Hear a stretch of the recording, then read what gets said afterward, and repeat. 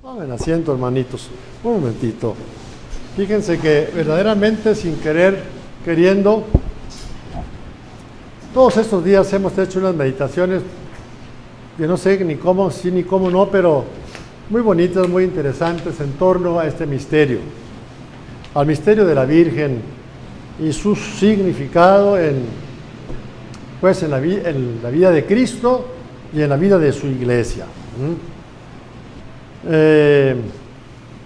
No deja de llamar poderosamente la atención el texto del profeta Miqueas que leemos hoy. Palabras extrañas, raras, que están esperando un cumplimiento, una plenitud en su sentido. De ti, Belén, de Éfrata, la más pequeña entre las aldeas de Judá, cerquita de Jerusalén. Los que han ido por allá la habrán visitado, a Belén. De ti saldrá el jefe de Israel. Todos conocemos ya los acontecimientos según San Mateo. José, que era el que es descendiente de David, fue a empadronarse con su esposa a su pueblo, donde estaba el origen de su familia, en Belén, y allí le llegó a María el tiempo de dar a luz y tuvo a su hijo y lo envolvió en pañales, así, seco. Ese acontecimiento que ni siquiera está detectado por la historia universal, nada, en el silencio y en la oscuridad de la noche. Ya hemos meditado mucho, ya no quiero repetir lo que hemos dicho, ahí está en la plataforma. El profeta Miqueas sigue diciendo, cuyos orígenes se remontan a tiempos pasados, a los días más antiguos. Por eso el Señor abandonará a su pueblo, a Israel, hasta que dé a luz la que tiene que dar a luz. El signo de los tiempos nuevos, de la reconciliación incluso de Israel, será el tiempo en que la que tiene que dar a luz, dé a luz.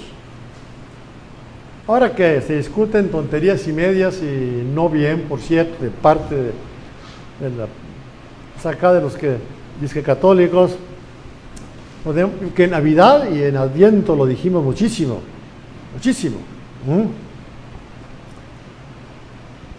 Dios realiza la salvación, nuestra salvación, por medio, lo dijimos en el Adviento pasado, la salvación de Dios está en el vientre de una mujer. Tendríamos que luchar más bien porque la mujer recupere esa dignidad. La salvación del mundo está en el vientre de una mujer. No sé si se puede decir algo más grande acerca de la mujer, del feminismo. No sé si se puede nada más grande. Ya, punto, ¿no? ¿Para qué perder el tiempo en tonterías? No vale la pena, etcétera. Muy bonito este texto. Y en el Evangelio que hemos leído brevísimamente, en esa genealogía, es la forma como Mateo inscribe a Jesús en la historia de su pueblo. Genealogía de Jesucristo, Génesis del libro de Jesucristo, dice en griego, hijo de David, hijo de Abraham. Jesucristo, en el seno purísimo de la Virgen, se inserta completa y totalmente en la historia humana. Por eso decía nada más y nada menos que San Atanasio, el campeón del Concilio de Nicea, que el cristianismo es la única religión de un Dios encarnado. Eso tenemos que contemplar. Bueno, ya, yo tengo el vicio de repetir. Ya hasta una vez me corrigió el señor Talamar. Tú repites mucho. Regresas y regresas y regresas. Pero ya no voy a regresar lo que dijimos en los días anteriores. Por eso María, nuestra madre, pues, es ella, todo lo que podamos decir de ella, sus privilegios dogmáticos y todo lo que ella sea, radica precisamente en el hecho de su maternidad divina. Leíamos ayer hermosamente en la liturgia que elegimos el relato de la Anunciación, lo meditamos. Bueno, ayer.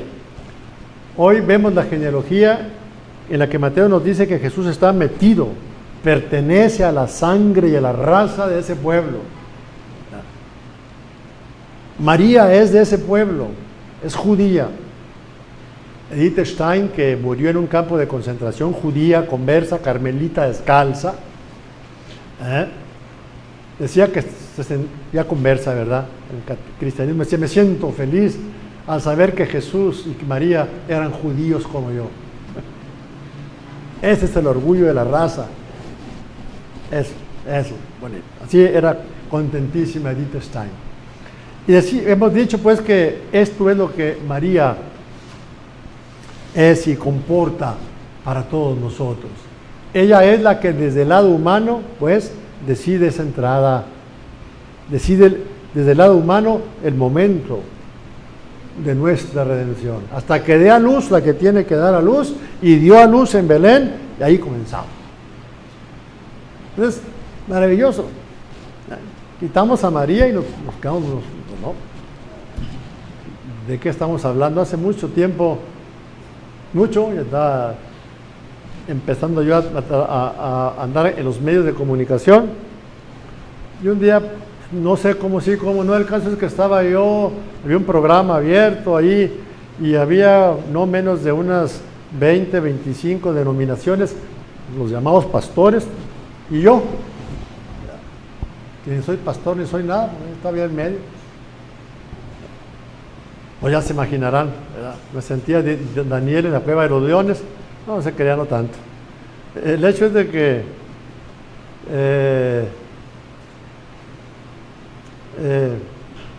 pues su caballito de batalla es en contra de la Virgen, en contra de la Eucaristía, contra los sacerdotes. Por lo tanto, me acuerdo que yo les dije, yo espero que todos ustedes hayan leído el relato de la Anunciación.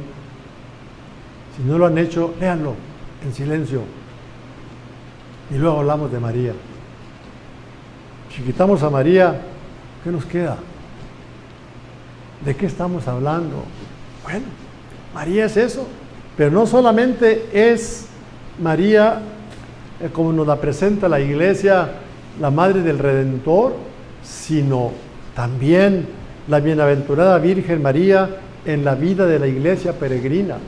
En esto sí lo recalco de nuevo. María no es un fetiche a la que le vamos a rendir culto, no es una diosa pagana, ni nada que se le parezca. Es descendiente de Adán, es una criatura como nosotros, un ser humano, no es un ser divino. Y ella fue elegida por Dios, incluso preservada del pecado, en miras, y adelantado por los méritos de su Hijo, en miras a su maternidad divina. Ella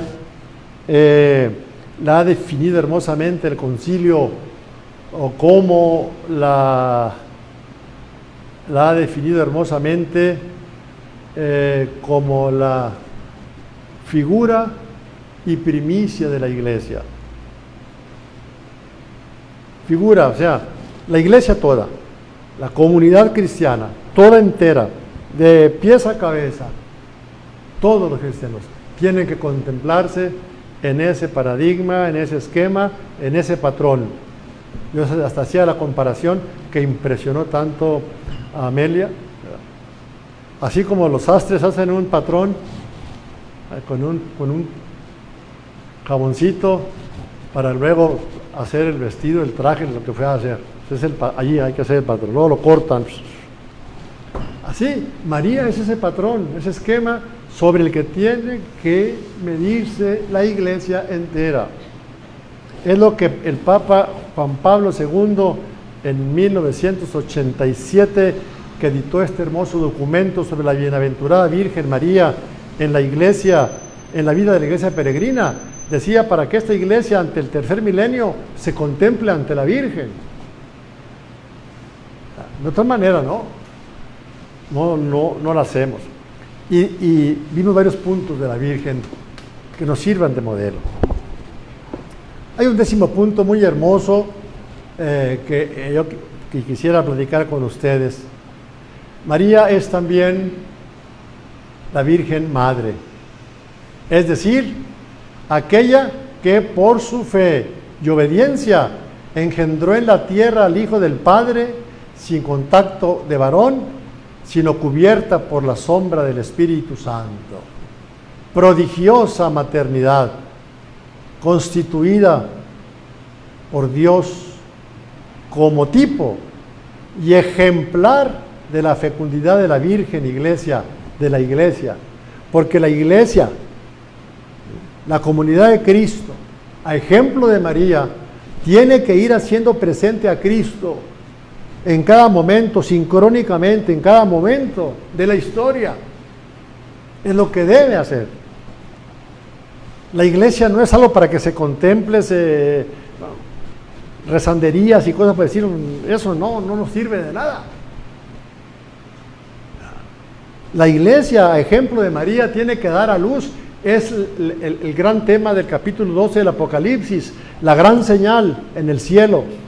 Una mujer con dolores de parto que está a punto de dar a luz a su hijo varón.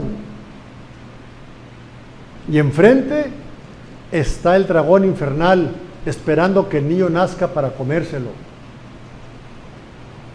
Esa es la iglesia. Ese capítulo 12 del Apocalipsis no se refiere a la Virgen María en un primer momento, sino a la comunidad cristiana que tiene que dar a luz a Cristo, anunciarlo, hacerlo presente en este mundo. Contando con que enfrente está el demonio para comerse al niño. Todos los poderes del mal, con toda su astucia, con todo su poder de seducción. Dense una somadita para allá y una somadita para acá. Creemos y esperamos que aquello sea la salvación. ¿Y dónde? Ya don Federico Nietzsche, el hombre más terrible, el enemigo más terrible del cristianismo que ha existido, decía, hoy le dedicamos a la política la misma fuerza, el fanatismo, la energía que antes le dedicábamos a la religión. ¿De quién esperamos la salvación? ¿Y quién nos tienen todos amolados? Bueno, esa es la triste realidad. La comunidad existe para que dé a Cristo a luz, lo anuncie, lo haga presente. He platicado aquí con alguien ahorita que esta nueva ley de la Suprema Corte, eso me preocupa menos. Lo que sí me preocupa es la ausencia en nuestra iglesia, en nuestra liturgia, en nuestro entusiasmo de los católicos y de los matrimonios católicos. Juan Baltázar decía, ¿para qué les vamos a exigir una moral cristiana a los que no son cristianos? Pues que hagan lo que quieran. Lo que tenemos que hacer nosotros como matrimonios cristianos en todo caso y como cristianos es dar un testimonio audaz de que sí se puede, amar la vida, que sí se puede vivir el matrimonio, no por nuestras propias fuerzas, sino con la ayuda de Dios. Prodigiosa maternidad constituida por Dios como tipo y ejemplar de la fecundidad de la Virgen Iglesia, la cual se convierte ella misma en madre porque con la predicación, chequen el dato, y el bautismo engendra una vida nueva e inmortal a los hijos concebidos por obra del Espíritu Santo y nacidos de Dios, cuando bautizamos a nuestros niños. Ahí la iglesia, toda la iglesia, cuando recibimos a los niños les decimos, la iglesia los recibe. La iglesia. no la parroquia Jesús Maestro. La iglesia los recibe y en su nombre yo los marco con la señal de la cruz. Y le pusimos la cruz en la frente a Diego. Lo agarré fuera de la base.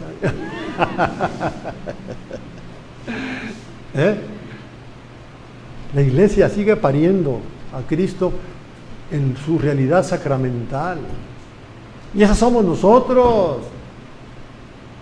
La iglesia no es el lugar para fáciles consuelos y éxtasis. No, la iglesia tiene que asumir lo terrible del compromiso. Tenemos un perfecto ejemplo allá y aquí. Bueno, aquellos vano completamente. Justamente los padres de la iglesia, los inmensos padres de la iglesia, los primeros siglos, enseñaron que la iglesia prolonga en el sacramento del bautismo la maternidad de la virginal de María. La iglesia sigue dando. Por eso tenemos que comprometernos en el trabajo eclesial. La iglesia, todo lo que esa palabra iglesia significa, no es la estructura jerárquica. Eso somos refractarios. Es esta una pequeña comunidad que cree, que espera, que ora, que celebra la Eucaristía, que comparte, que está abierta a los demás. Ese. Y en ese sacramento radical que es la iglesia, se realizan los demás sacramentos. Entre sus testimonios nos complacemos, decía Pablo VI,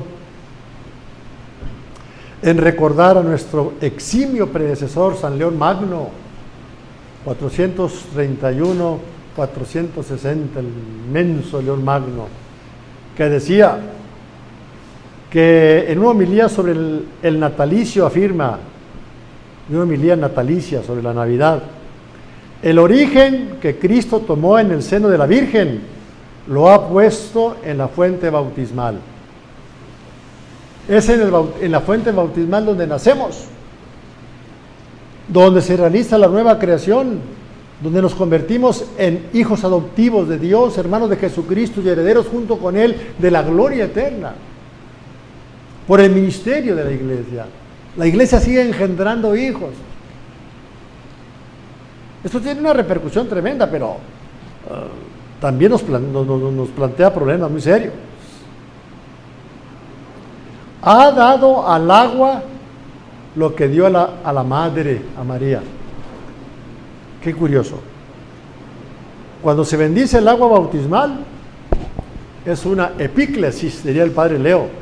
Es la invocación del Espíritu Santo sobre el agua, como es la invocación del Espíritu Santo sobre el pan y el vino. Envía, Señor, con la efusión de tu Espíritu, santifica este pan y este vino. Es lo que pedimos.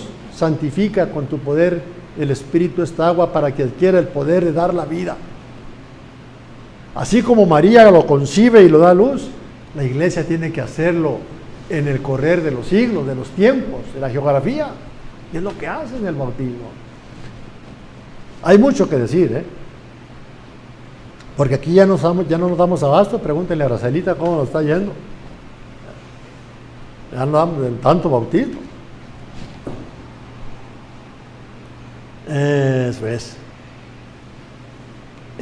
Dice, en efecto, la virtud del Altísimo y la sombra del Espíritu Santo, que hizo que María diese a luz al Salvador, hace también que el agua regenere al creyente. Bendecimos el agua para que se realice con ese baño,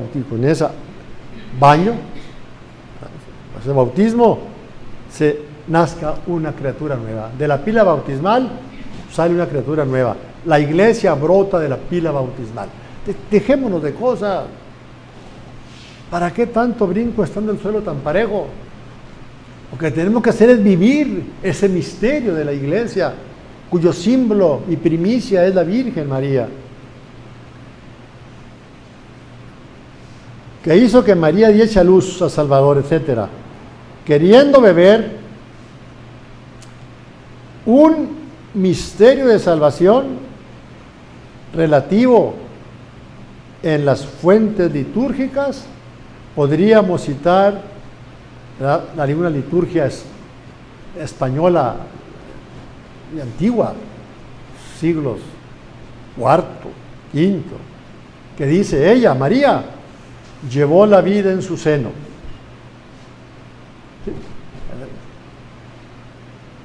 Esta, la iglesia, en el bautismo.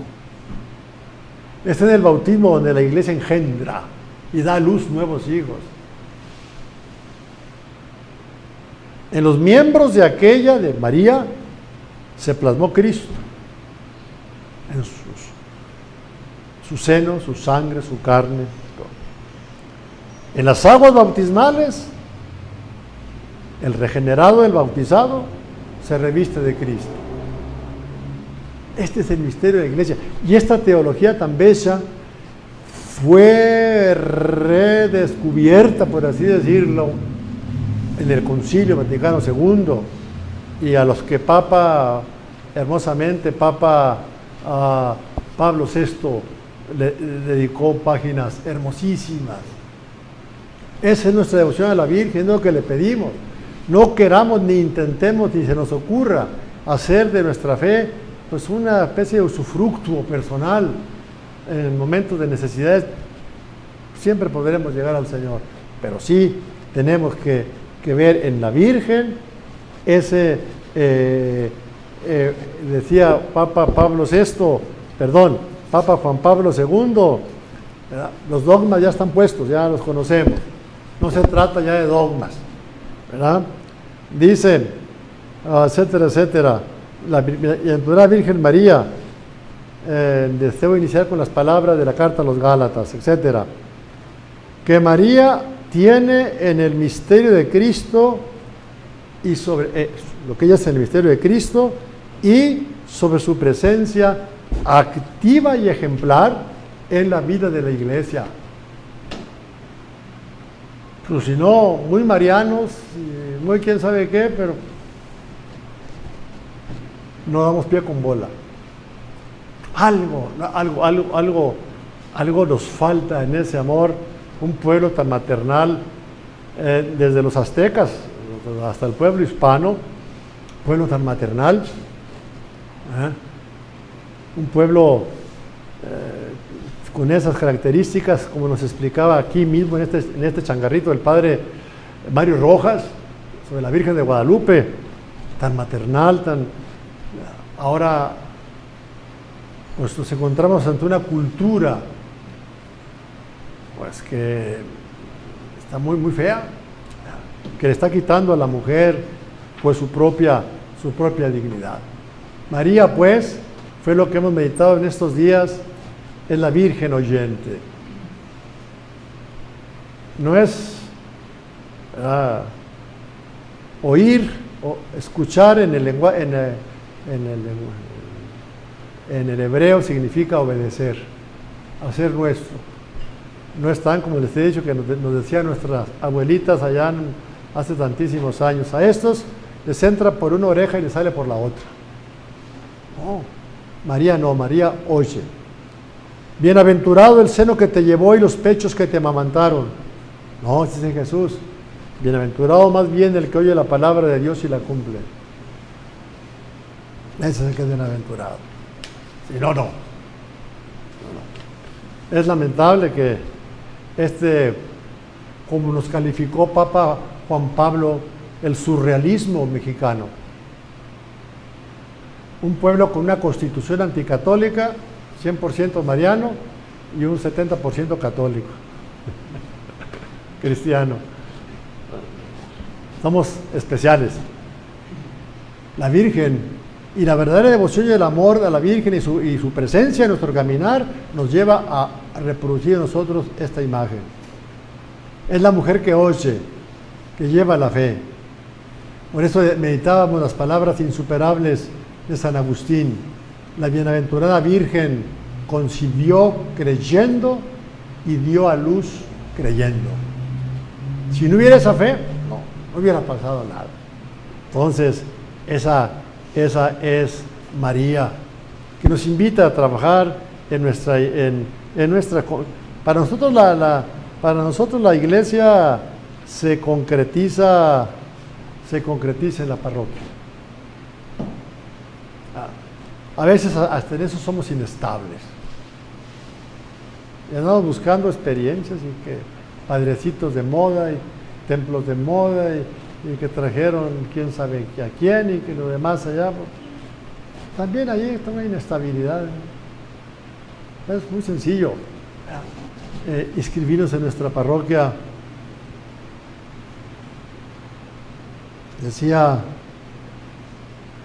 hermosamente en una homilía breve, como todo lo de él, Papa Benedicto, sobre la Virgen, meditando el texto sobre el que arrancábamos hace 8 días, del profeta Isaías, tan hermoso del profeta Isaías, como baja la lluvia y la nieve del cielo y no vuelven a mí, etcétera, hasta que fecundan la tierra. Comenzamos meditando en María, tierra virgen. Tierra virgen. Y decía, realmente todavía no era papa él, pero aquí ya están lo que después como papa iba a decirnos, ¿verdad?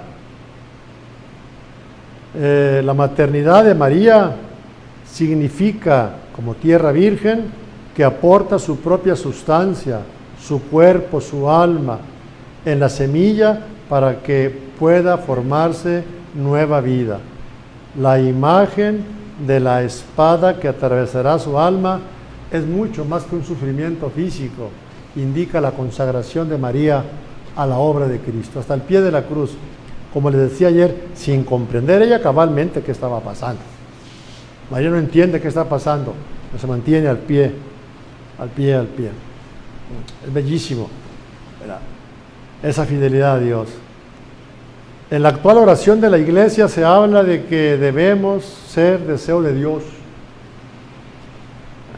San Agustín decía que el verdadero cristiano, como decía,